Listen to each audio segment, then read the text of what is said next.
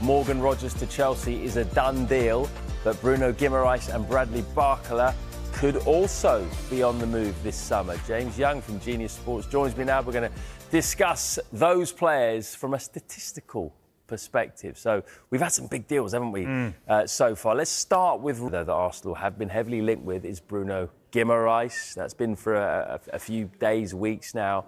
What do you think he would add to their midfield if you look at the stats? Yeah, again, really interesting to kind of break this down a bit. I mean, the first thing we'll call out here is it won't be what he's doing off the ball with Bruno Guimarães. We're looking at sort of the top half of all centre midfielders in the league for tackles and interceptions. It's not the strong point of his game. Okay. You know, he does work there, but he's not. That's not where he really excels. Where Arsenal will be really interested in Guimarães, I think, is going to be in possession with the ball and what he can do there. So if we take a look at some of the stats that he brings up when he's carrying the ball, particularly his passing and his shooting stats, they're very strong indeed. So in all of these categories here, we're looking at the top 5% of centre midfielders in the Premier League last season.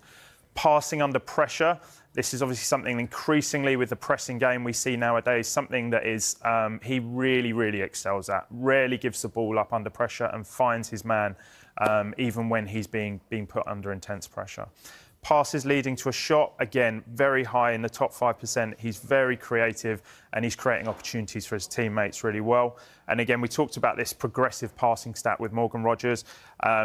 Actually, Guimarães even stronger than Rogers in this particular category, and really good at moving the ball further upfield. So very strong in all of these categories for Bruno, and something that will be really valuable to that Arsenal team if they can prize him away from Newcastle. When it comes to shooting, again, not quite as strong as his passing statistics, but still very good indeed.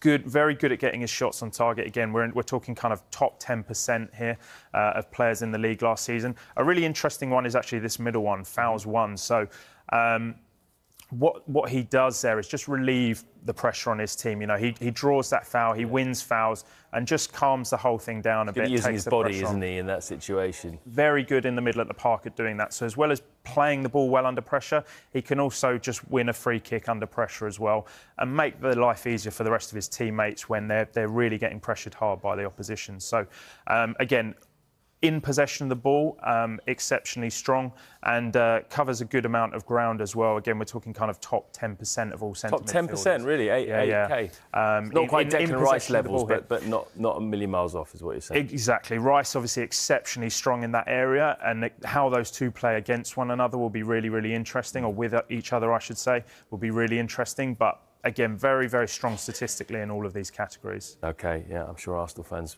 already keen on him anyway. Now they've seen these, they're probably even more keen.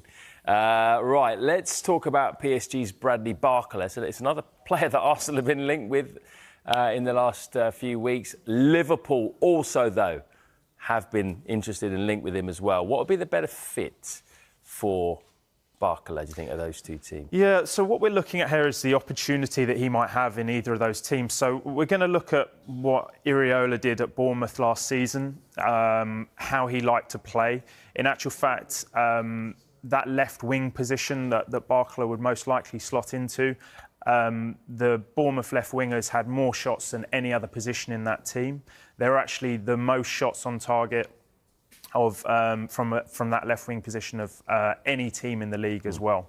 So that's clearly a route that Iraola likes to take down through that left wing, and again that can be seen in these statistics here. So that could be to do with the players he had available to him as well at Bournemouth, right? Very much so. But if he can find a player like Barcola to fit and play that role, then obviously he's going to leverage him heavily and suits the style of play he likes to play. So a lot of touches there. This is number one in the whole of the Premier League last season.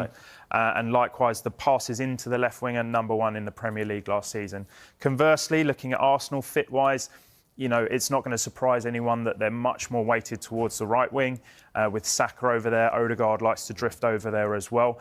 So less opportunity, significantly less opportunity for Barcola if he were to make that move to Arsenal. Yeah, but I would imagine if he did make the move to Arsenal, these numbers will be going up because they won't be going down the right as much as they have done in previous seasons when you got some of the quality of him there. James, thank you very much. Arsenal's midfield ambition, Barcola's next move, and the numbers shaping major transfers.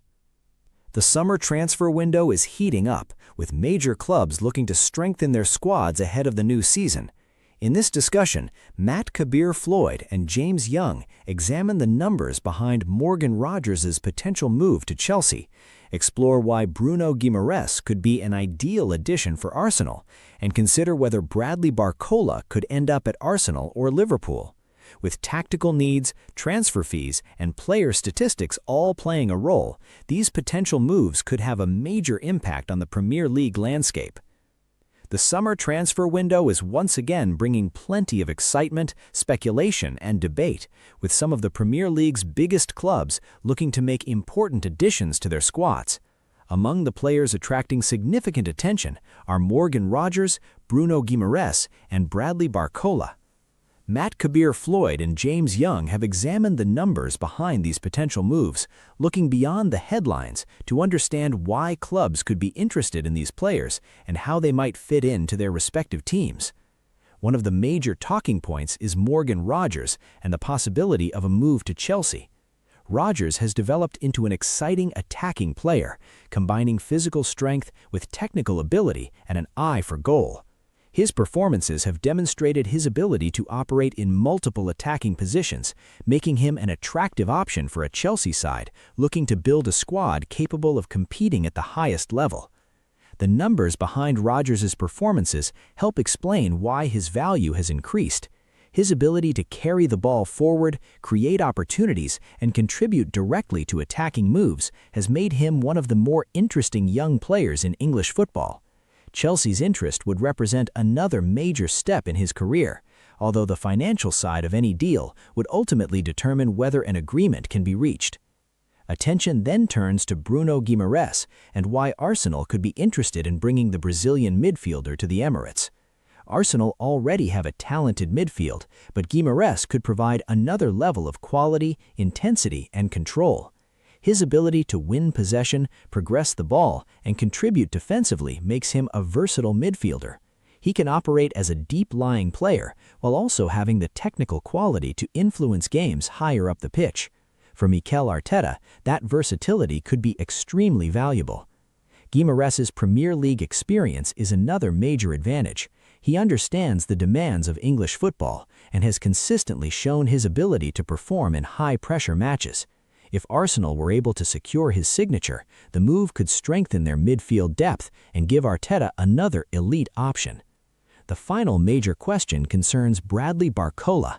The Paris Saint-Germain winger has emerged as one of Europe's most exciting young attacking talents, and speculation over his future has naturally attracted attention from clubs across Europe. Arsenal and Liverpool are two names that could potentially enter the conversation. Arsenal could view Barcola as an option capable of adding pace, creativity, and direct attacking ability to their front line. Liverpool, meanwhile, have a long-standing reputation for developing explosive wide players and could see the French international as an ideal fit for their attacking system. Ultimately, the future of these three players remains uncertain. However, the numbers, tactical qualities, and potential transfer fees explain why Rogers, Guimarães, and Barcola are generating so much interest. As the summer window progresses, their situations could become some of the most fascinating transfer stories to follow.